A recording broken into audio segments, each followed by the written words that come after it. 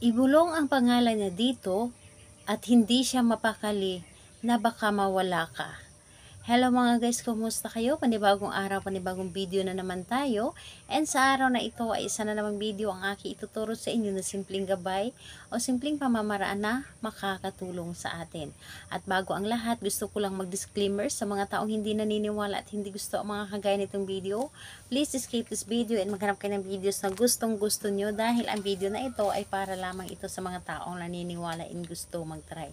Sa lahat po ng mga nagko-comment dito sa aking video dito sa loob ng aking channel, mag-iingat sa lahat ng mga nagre-reply sa inyo na dinadala kayo sa kanilang WhatsApp and Imo app upang makaiwas po tayo sa scam. Ngayon po ituturo ko sa inyo paano siya hindi mapakali na baka mawala ka sa kanya.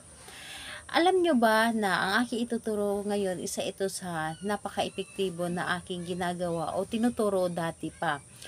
Ito ay pwedeng gawin sa parehas ang kasarian, babae ito babae, and lalaki ito lalaki. And syempre naman sa ating babae at lalaki na mag-partner.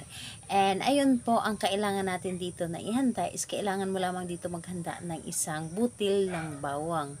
Ang bawang po ay sa pagkakaalam natin ay isa lamang ito sa ginagamit ng ating pagluluto. Sinasahog natin ito sa ating mga niluluto. Pero ang bawang na ito ay isa ito sa mga napaka-epektibo na ginagamit ng mga ritual. Kaya niyang tuparin ang ating mga kahilingan dito. Sa mga nakatry dito is alam ko marami ng mga nakatry dito is alam nila na napaka-epektibo talaga ng bawang na kapag ginagamit sa isang ritual. So, ayun lamang, ito lamang ang ating dapat na ihanda is bawang lamang. So, ngayon kapag handa na yung bawang na ating gagamitin, kailangan mo lang din dito i-claim sa iyong sarili na gustong-gusto mo itong gawin. Kailangan na buo ang inyong loob sa paggawa dito, buo ang inyong tiwala at paniniwala, dahil sa paggawa ng isang ritual dapat po ay may tiwala ka at paniniwala, dahil kapag wala kang tiwala ay hindi ito gagana sa inyo. Dahil lahat ng ating mga ginagawa dapat po ay may tiwala para mas mabilis natin ito mapapagana. And ayun po, kapag ready ka na, pwede mo na itong umpisan. So ang gagawin mo lamang dito po, ilagay mo lamang dito sa iyong sa iyong kamay o sa iyong palad ang bawang na ito at i-close lamang. Ibulong mo ito ng 3 beses. Yes po. Ibulong mo dito ng 3 beses. Halimbawa,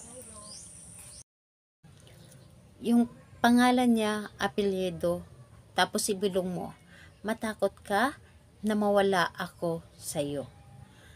3 beses mo itong sasambitin. Pangalan, apelyido, matakot ka na mawala ako sa iyo.